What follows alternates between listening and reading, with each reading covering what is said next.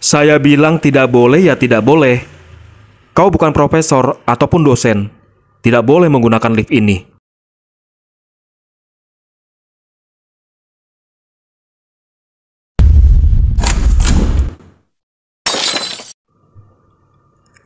Hinaan yang membawa berkah. Suatu hari, anak muda ini mengantar penuh muatan berisi puluhan buku ke kantor berlantai 7 di suatu perguruan tinggi. Ketika dia memanggul buku-buku tersebut di depan lift, seorang satpam yang berusia 50 tahun menghampirinya dan berkata, "Lift ini untuk profesor dan dosen. Lainnya tidak diperkenankan memakai lift ini.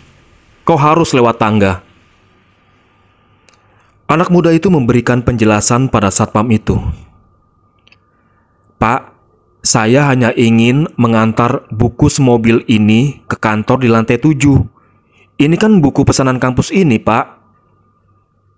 Namun, dengan beringas satpam itu berkata, "Saya bilang tidak boleh ya tidak boleh. Kau bukan profesor ataupun dosen. Tidak boleh menggunakan lift ini." Kedua orang itu pun berdebat cukup lama di depan pintu lift. Tapi satpam tetap bersikeras tidak mau mengalah.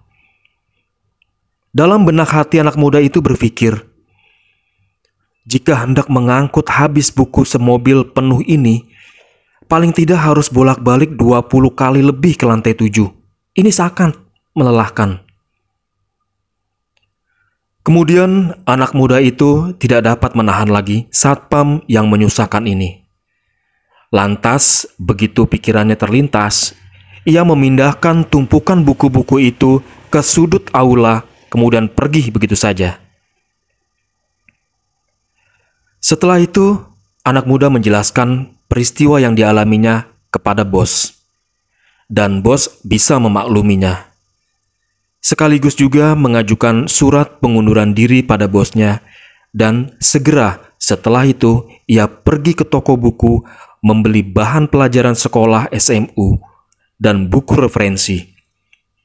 Sambil meneteskan air mata ia bersumpah, "Saya harus bekerja keras, harus bisa lulus masuk ke perguruan tinggi.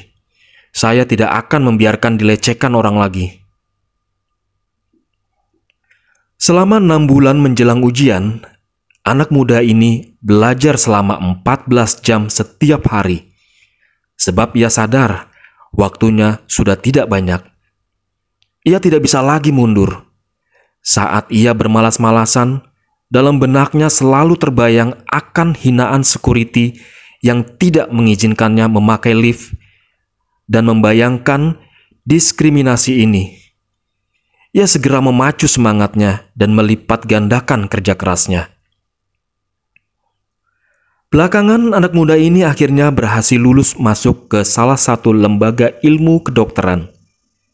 Dan kini, selama 20 tahun lebih telah berlalu, sang anak muda akhirnya berhasil menjadi seorang dokter klinik. Sang dokter merenung sejenak. Ketika itu, jika bukan karena security yang sengaja mempersulitnya, bagaimana mungkin ia menyeka air matanya dari hinaan itu dan berdiri dengan berani? Dia telah berhutang budi pada security yang menghinanya.